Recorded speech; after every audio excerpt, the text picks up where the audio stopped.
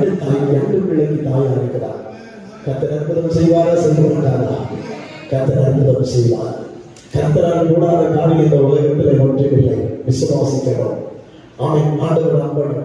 ஆண்டவர் வாழ்க்கையில் அற்புதம் செய்வார் என்று நீங்கள் விசுவாசித்தால் அந்த சகோதரி பிள்ளைகள் ஆண்டவர் குடும்பத்தை ஆசீர்வதித்து அந்த கர்ப்பபாத்திரம் கட்டி எங்க போச்சு, என்ன ஆச்சுன்னு தெரியாது.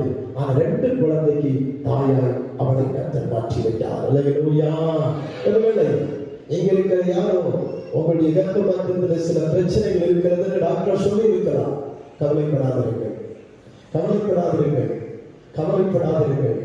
எந்த பிரச்சனை எங்கிருந்தாலும் மாற்ற சர்வ உள்ள தெய்வத்தை நீங்களும் நான் ஆராதிக்கிறோம். அந்த சர்வ உள்ள தெய்வம் சொல்லுகிறார், அந்த பிரச்சனைகளை மாற்றி